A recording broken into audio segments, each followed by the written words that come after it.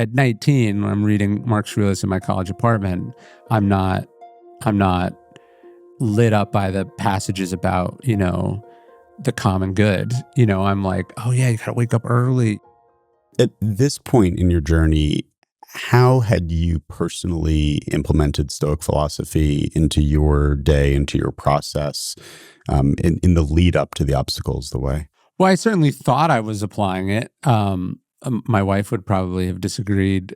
You look back on your younger self and you're like, what was I thinking? So I was an ambitious, driven, intense, person in my mid-20s. So my understanding of the Stoicism that I was applying was although it was, I thought I was doing it, I was, barely even in the ballpark. But I think most people, when they come to Stoic philosophy, especially if they're in a position remotely similar to mine, which is, a, a young guy trying to make their way in the world, you're probably going to be interested in the sort of emotional regulation, in the productivity, the toughness, the resilience, that kind of thing. And that was what I was mostly taking out of Stoicism.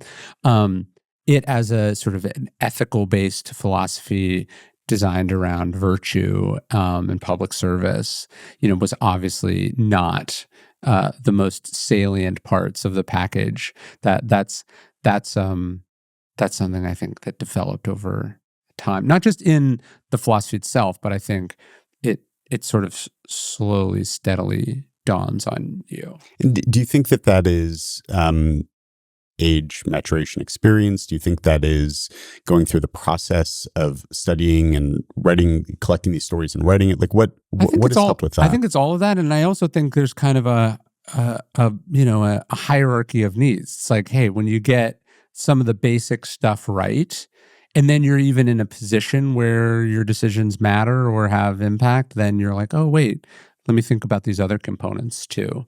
But I think, at 19, when I'm reading Marx Aurelius in my college apartment, I'm not lit up by the passages about, the common good. I'm like, oh yeah, you gotta wake up early. You gotta shrug this criticism off. I don't like look back on that with embarrassment or cringe. I just think that's probably the most accessible entry point, and that's the most straightforward of it.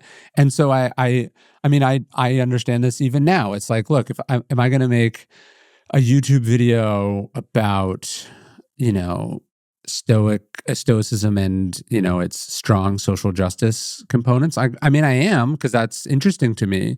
But I understand that when I make one that's like 10 Stoic strategies for, owning the day, that's going to reach more people, and that you can't talk to them about the social justice side of things until they've heard of it first. Yeah. And so I think in my works, I've always kind of understood, and this is, I think, coming from the marketing background, it's like, what is the most compelling, understandable, articulatable part of it? Let's start there. And then once you're kind of in that funnel, we can talk about the more complicated ideas.